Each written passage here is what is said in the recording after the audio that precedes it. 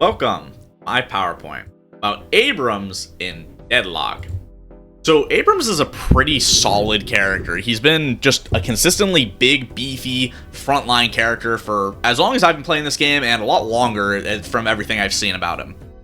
He has pretty above average stats for the most part. His gun does 40 damage per shot, which is pretty big, even though it does have come at the cost of having very low ammo count and not firing that quickly. You're still able to get really good burst trades on Abrams in the early game because he has a lot of front-loaded damage in his kit, at the cost of course, not really having that much consistent damage. That being said, he can take very strong trades in lane, and because of his slightly above average stats, he'll usually come ahead of those for most characters, as long as they're pretty short trades and you're playing around either the bridges or you're playing around your cover just as well as you can, because realistically, you don't have much range, right? You have a shotgun, so while you do have, again, burst damage, you're not going to be able to effectively harass people, and you will get harassed a lot as Abrams because you're huge and you have very low mobility. Something I don't really talk about a lot when I do cover these stat pages are dash speed. Abrams has one of the lowest dash speeds in the entire game. Typically, the characters I've talked about, their dash speeds haven't been anything impressive, but 0.7 seconds for your full dash's speed is quite slow. That being said, Abrams' gun does 3.86 plus 0.154 bullet damage, which means that it gets pretty decent value from flat damage sources like your shoulder charge or just getting a lot of weapon damage in general. And for some odd reason, in my opinion, Abrams doesn't have a special, light melee or heavy melee stat. I feel like this character incorporates, meleeing into his kit a lot, so it feels a little bit weird that he doesn't get any benefit from it, from my perspective. Anyway, let's talk about his most important features, being his abilities. So, Siphon Life is a pretty simple ability to understand. In a cone in front of you, you deal damage for a duration, and it heals you for a portion of the damage dealt. That's it, right? Drain health from nearby enemies in front of you, dealing spirit damage over time, and healing for a portion of the damage dealt. Incredibly simple, right? It does 29 base damage with a 0.54 spirit power scaling of damage per second over a 4-second duration. So it does, again, pretty solid damage, and it has a 42-second cooldown, and the range of it is a 10-meter range that has a times 0.0465 spirit power scaling. So it gets a little bit better if you have more spirit power, 66% life steal of the damage dealt, blah blah blah, reduced 33% versus non-heroes, blah blah blah blah blah. Numbers, I gotta be honest, Abrams' numbers are very weird when you look at them. Like, when you first look at Abrams, you wouldn't expect him to have so much spirit power scaling in his kit, but it kind of makes sense. I've been playing a lot of Spirit Abrams recently, and it's just really fun. I don't have any other explanation. It's just a really fun playstyle. So yeah, I mean, green Abrams, going more tank items than Abrams, going more melee items than Abrams, completely good. They're solid. Depends on what you're playing against, etc. Right? But in my opinion, Spirit Abrams is just a lot more fun. So anyone, after you watch this video, I would recommend trying it out just because it's a different way to play him. Speaking of, though, if you do build spirit power on this ability, it actually scales quite well. Now, times 0.54 doesn't sound like that much until you consider that that's the damage per second over its duration scaling as well. So over 4 seconds, you're getting effectively a ×2 spirit power scaling. So it does have a decent scaling. It also makes it so Abrams, a character that kind of struggles to take camps, doesn't really struggle to take camps if you do build spirit power on it, right? He has more AoE, he's able to do more damage to walkers, he can sustain himself more, and it's just a very interesting way to play. Anyway, the rank 1 gives it minus 19 second cooldown, which is huge, right? It has a 42 second base cooldown, quite large for an ability that doesn't have crowd control on it, right? Most abilities that have really long cooldowns have some form of crowd control. This doesn't. It has or mobility, sorry. It has a plus 2 second duration at rank 2, makes it go to 6 seconds, which increases the damage substantially. It's a 50% damage increase, and That's even before you calculate the rank 3 upgrade, which gives it plus 30.6 damage per second. That over doubles the base damage, making it deal quite a lot of damage if you max this out early. On more traditional, like melee focused Abrams builds, you probably won't be maxing this out early that often. Some of them do, I've seen, but typically I see more that the 2 gets maxed out on those builds because you want to get more value from your melee items. You want to be able to charge people, but when you have the a Spirit Power Abrams, Siphon Life, it gets a lot of damage, and it really changes the way that you play the character because you have so much more damage that isn't front loaded. It gives you more team fight power aside from just blowing up that one target. That being said, we're going to talk about Abrams' most important ability. It is Shoulder Charge. Like, come on. Charge forward, pulling enemies you hit, pushing a hero into a wall applies stun. If you hit an enemy at all, it's going to mess with them, and it will, like, for most characters, some characters are unstoppable during their abilities, right? Like Infernus, you can't cancel Infernus dash, but if your character isn't unstoppable, then you can, not unstoppable, doesn't have, like, a movement displacement, like, they're not able to be displaced, basically, then you can basically cancel their movement, right? So Shoulder Charge, it's already good for that. It's good for stuffing mobility and protecting your team. It applies a stun when you hit a wall, but it guarantees a light melee after you hit them, right? A light melee into just a shot with, like, a headshot with your gun, which does pretty solid damage. It does 37 base damage with a times 1.9 Spirit Power scaling. Again, quite high for a character that you don't really see building Spirit that often. Until, I'd say, this patch, I've seen a lot more. Anyway, it has a 1.4 second duration, 33 second cooldown, which was just lowered on this patch, making him a lot stronger in lane, lowered by 4 seconds, but they took that 4 seconds from the rank 3 upgrade. Anyway, on Hero Collide, plus 2.2 weapon damage for 8 seconds. This is first rank upgrade. That is insane. It is a 56% damage increase from the base of your gun, right? Your base bullet damage. That is very high. Getting this really early on Abrams is, like, basically mandatory. It's probably your strongest one or first point you can get in almost every situation. Yes, if you're getting, like, ultra poke down, you can get the 1, which we'll talk about, but I feel like if you're having, like, a solid lane, or if you're even in those situations, just getting this gives you so much combat power. You land that charge, you're going to be doing so much more damage with your gun for those 8 seconds, and it's not like this isn't good throughout the game. It's gonna it's still useful throughout the game, the damage that you're getting from it, because you're always going to be shooting on Abrams, right? Even though, you know, you might think that he is, like, this super crazy melee character, if you're always meleeing, then people are going to parry you. I mean, enough said, right? So that's a big thing. Big thing. Never heavy melee after the Shoulder Charge until you get the rank 2 upgrade. Rank 2 upgrade on wall hit plus 0.45 seconds stun. So it increases it from a 0.6 second stun to a 1.05 second stun. That gives you enough time to charge a heavy melee on someone, but if you don't have that, you can't charge a heavy melee on them. They can parry it. They can parry out of the thing. So you can guarantee a light melee into just, like, you know, a headshot or something. It does good damage before you have it, but once you get this, now you can do the heavy melee. I've seen so many Abrams. I've done this. I've seen, like, good people that are good at Abrams do this. They'll charge the heavy melee after when they don't have this upgrade, and they'll just get parried, right? It's so easy to react to if you know that if it's early enough in the game and then they literally can't have the stun. It's so easy to react to, and, like, if you get parried on this character, you're dead, right? Abrams doesn't really have, like, he doesn't have shielding, he doesn't have, like, any extra resistances, anything like that, right? He just has a pretty big health pool, and he has healing from his 3 ability, which we'll talk about again in a little bit. And then the rank 3 upgrade gives it minus 18 second cooldown from 33 to, 15? Yeah, 15 seconds. That's pretty big. 15 second cooldown that you can have a really powerful engage tool, really powerful mobility tool, good damage tool, all these different things that you get from Shoulder Charge on 15 seconds is pretty big. I can't lie. And of course, if you have Phantom Strike, you know, the item, it's a point and click that teleports you to an enemy, it disarms them and silences them, and then it basically guarantees a Shoulder Charge, even in the air. You can use it and on, you know, aerial characters and knock them down, they'll get stunned, and again, you'll guarantee that heavy melee and, you know, Phantom Strike, you know, heavy melee damage.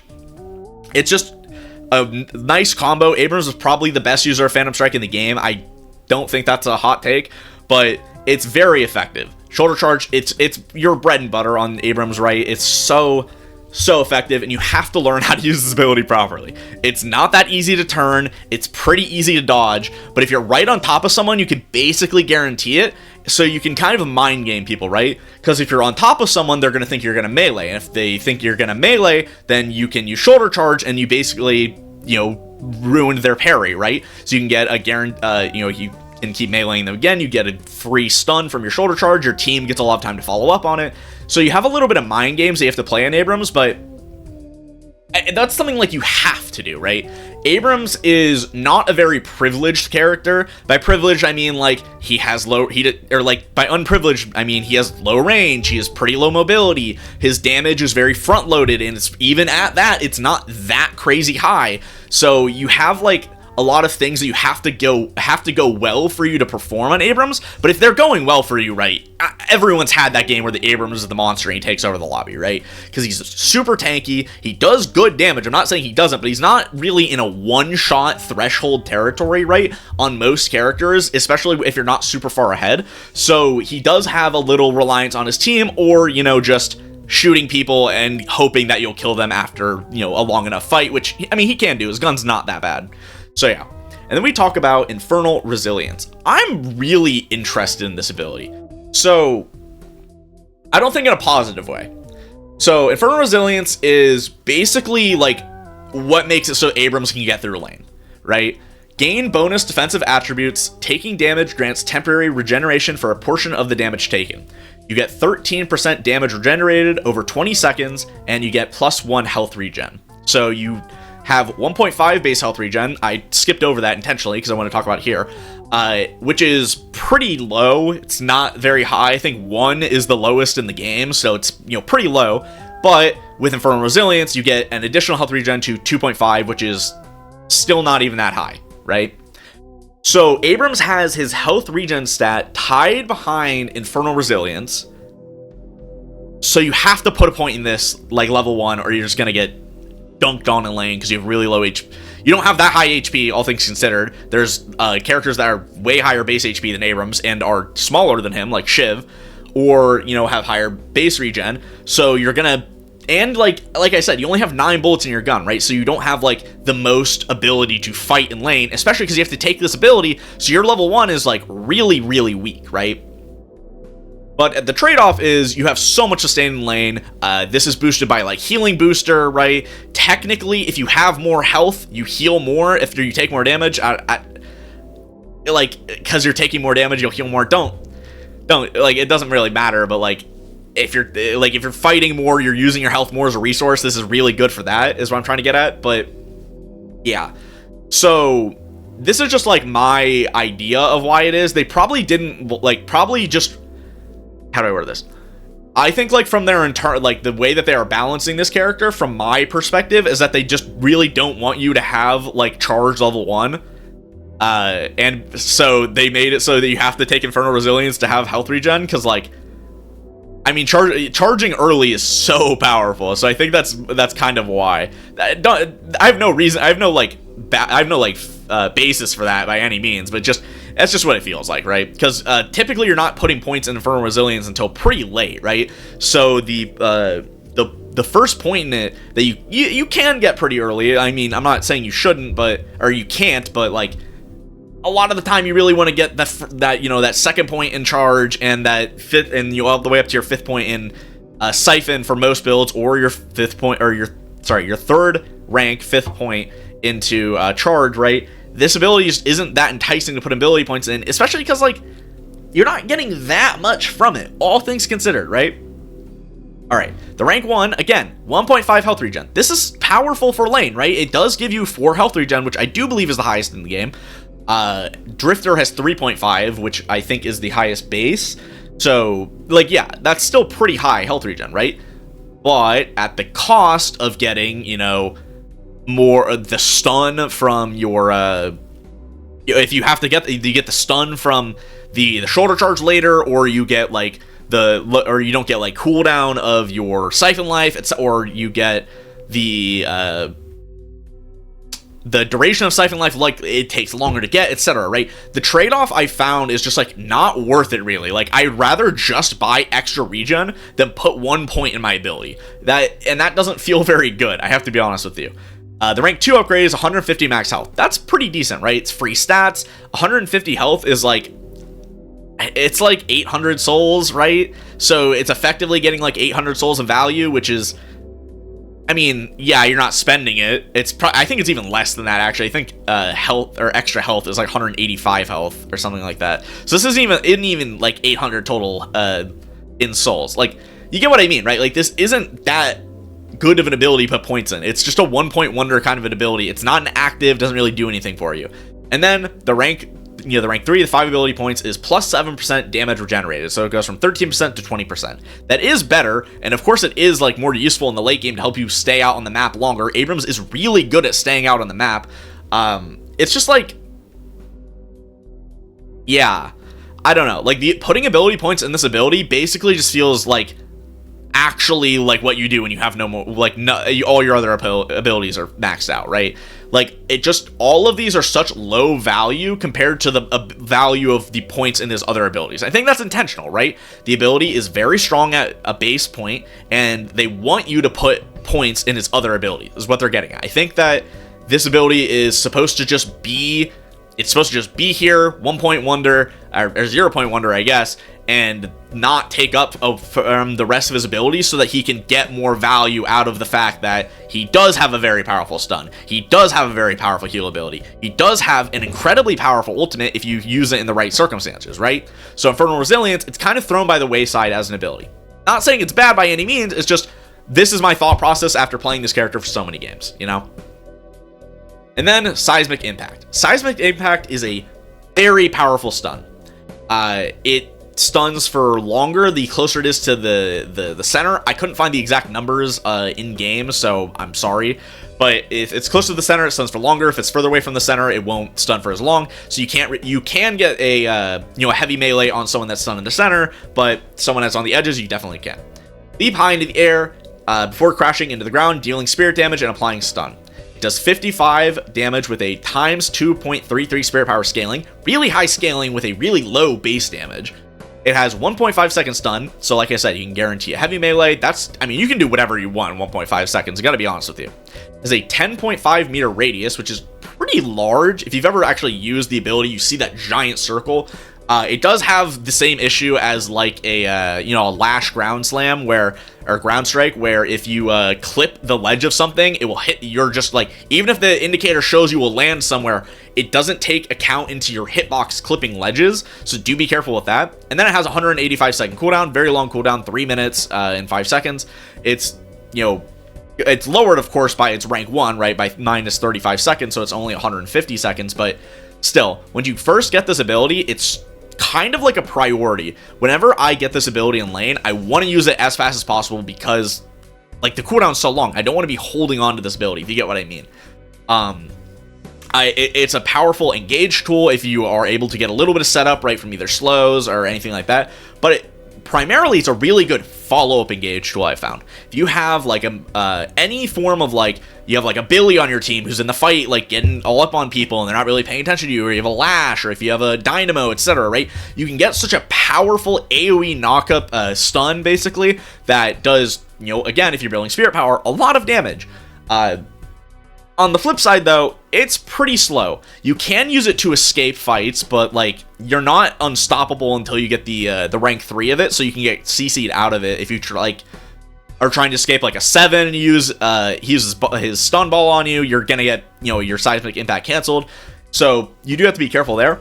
All things considered, this is just a very solid, powerful ultimate that kind of caps off how Abram wants to play. He wants to be, this big, beefy guy that's taking on 1 or 2 people at a time, right? He's stunning them, he has a teammate that helps back him up, and then he gets a good stun off on enemies. He's able to hit, a couple of enemies. It's kind of like just, he wants to be in the fight, right? So it really helps him do that. He's able to escape fights with it, or, re-engage into a fight to get out of an awkward situation.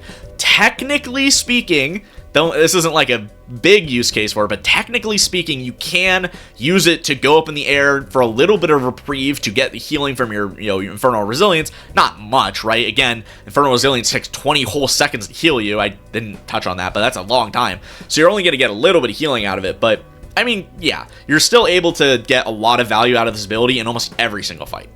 Your rank 2 upgrade, on hero hit, plus 100 max HP and 15% fire rate. This is so big, right? You get so much health from this ability and the fire rate that, like, once you get if you get an engage with it, right, you're just actually him. You're actually him for the next few seconds. It didn't have a duration on it, so I gotta be honest with you, that's a little weird. But most of the times it has like a duration on these, so I found that really weird when I was looking at Abrams. A lot of his like abilities are definitely gonna get updated when the game like fully has more polish to it, because a lot of things aren't really listed properly, I've noticed. Again, like this, I think there's another one before that, and I forget what it is, but yeah.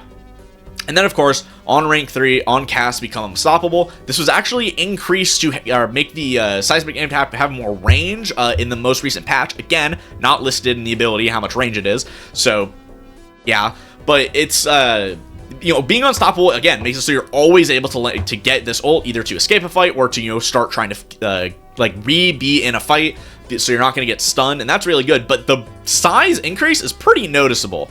I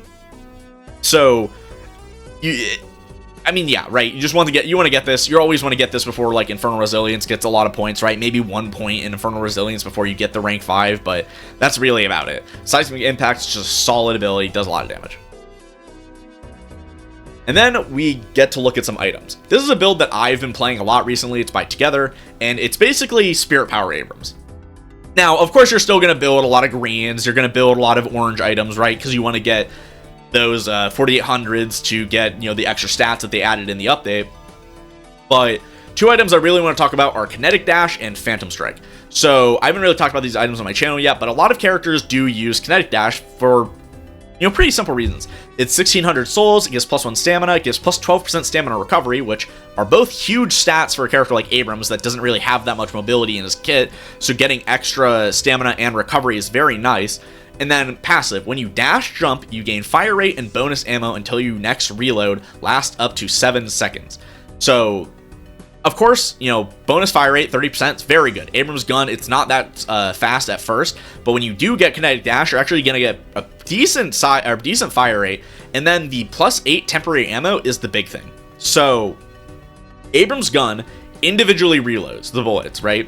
Anyone that's ever played him, it's kind of awkward, right? Sometimes, especially if you want to buy ammo on the character, you basically can't, because you don't get the cheat code of, oh, I'm at 0 ammo, well, I'll just reload all 100% of my thing on every other character, so more ammo is more enticing, right? And it's not like you don't want ammo on Abrams. So Kinetic Dash really works very well with Abrams, because it gives you more mobility, it gives you more reason to be dash jumping, which Abrams kind of likes, because it gives him a little more burst mobility that people aren't going to account for, right, to set up his Phantom Strikes or to set up his charges, right? And then the temporary ammo makes it so you really don't ever have to reload on Abrams, which, again, he has a really awkward and slow reload where he puts 1 bullet in at a time. So increases your max ammo from 9 to 8, or 9 by 8, jeez, I can't talk, to 17. I'm having a rough one. And that's, like, really a lot of ammo. I've been able to take walkers once I get to around like a mid-game point, right? It says mid-game on there, once I get like superior duration, because I have so much ammo on Abrams and I'm not really have to reload. And the Siphon life, with this build does a lot more damage to walkers. It feels like way better to be split pushing with this. Now, I'm not saying that you can't go melee Abrams builds. They can be pretty effective, right? Where you get like Spirit Snatch if you're or like you're always going Spirit Snatch, or you're always going like Life Strike, things like that. They can be effective, but this one's just fun. That's really all it is. Abrams just like one of those characters where he's just really fun to play, in my opinion. So I wanted to help people have more fun to play him, because he's kind of like a character you should learn how to play, I think. Not very difficult. He's pretty like a standard character that feels like is going to be around and played, and people are going to have to play with and against him a lot. So being able to, understand how the character works, pretty big way to, play the game. Anyway, that's going to be it for me. If you guys enjoyed, make sure to like, comment, and subscribe. Tell me anything down below. Sorry to have a video out last Thursday. You know, it's Thanksgiving. Just didn't really have time. And I was planning to do it on the weekend, but, you know, people are in town, blah, blah, blah. That's it from me. You know what? Have a good one. Play some Abrams. Peace out.